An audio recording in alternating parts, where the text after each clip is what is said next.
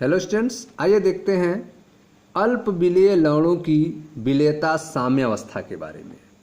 अल्प विलेय लवणों की विलेयता साम्यावस्था के बारे में ध्यान समझिएगा।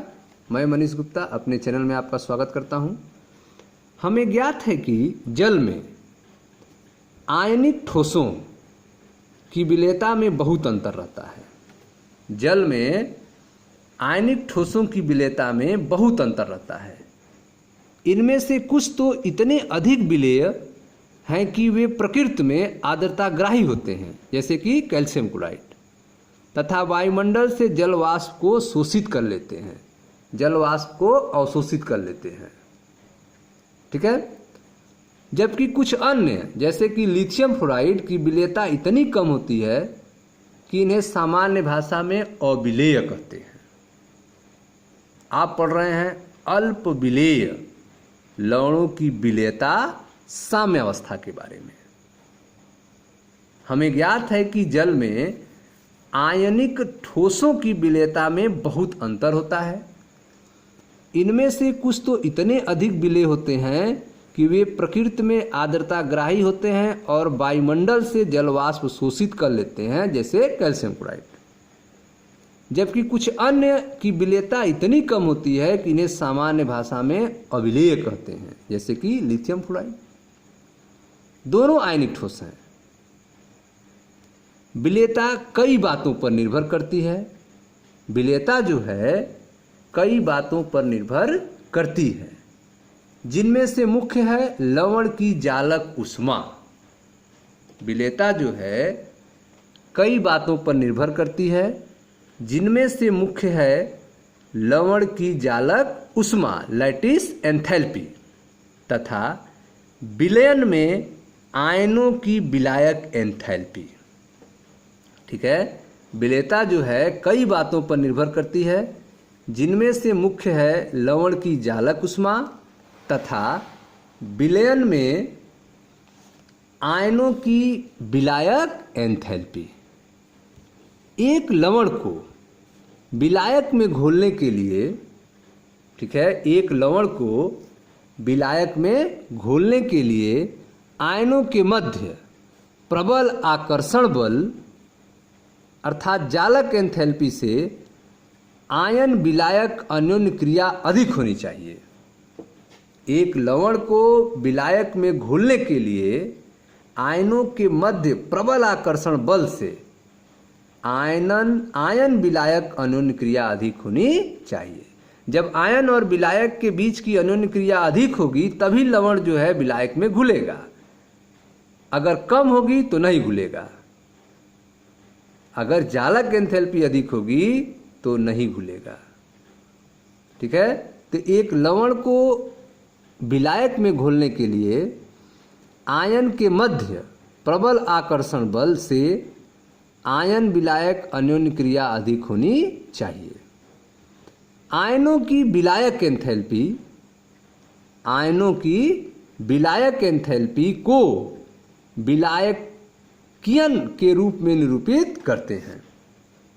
आयनों की विलायक एंथैल्पी को विलायकियन के रूप में निरूपित करते हैं, जो सदैव ऋणात्मक होता है। आयनों की जो विलायक एंथैल्पी है उसको विलायकियन के रूप में निरूपित करते हैं, जो सदैव क्या होता है, ऋणात्मक होता है।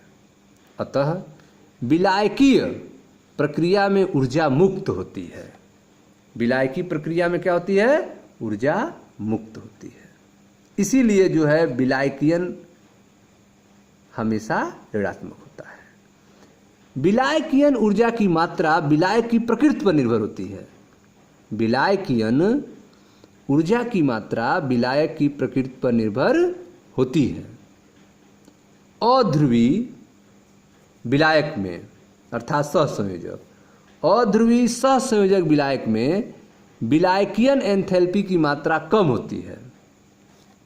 अध्रुवी सहसंयोजक विलायक में विलायकियन एंथैल्पी की मात्रा कम होती है, जो लवण की जालक ऊर्जा को पराथव करने में सक्षम नहीं है, ओवरकम करने में सक्षम नहीं है, तोड़ने में सक्षम नहीं है, उसे आगे निकलने में सक्षम नहीं है।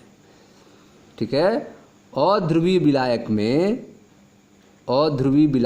में विलायकीयन एंथैल्पी की मात्रा कम होती है, जो लवण की जालक ऊर्जा को ओवरकम करने में सक्षम नहीं है। परिणाम स्वरूप लवण अध्रुवीय विलायक में नहीं घुलता है। यदि कोई लवण एक सामान्य नियम से जल में घुल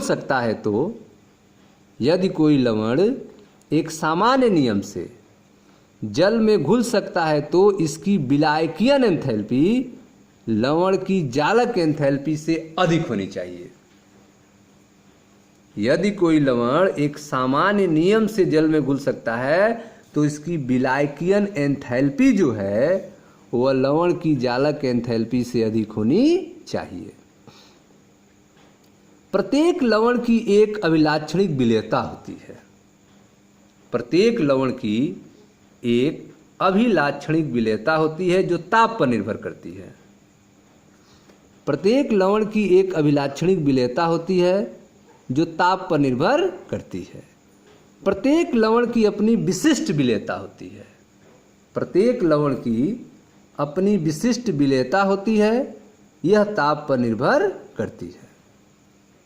हम इन लवण को इनकी विलेयता के आधार पर 3 वर्गों में विभाजित करते हैं। ठीक है, प्रत्येक लवण की एक अभिलाक्षणिक विलेयता होती है जो ताप पर निर्भर करती है।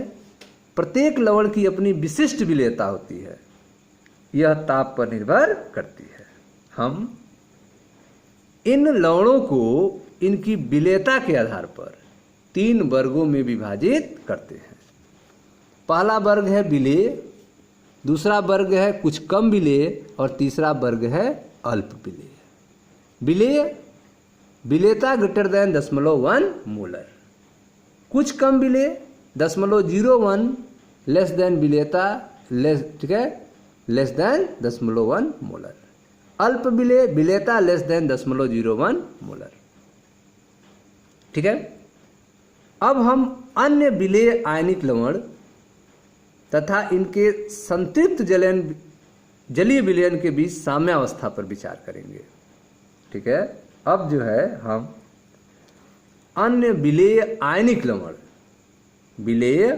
लवण तथा इनके संतृप्त जलीय विलयन के बीच साम्यावस्था पर विचार करेंगे।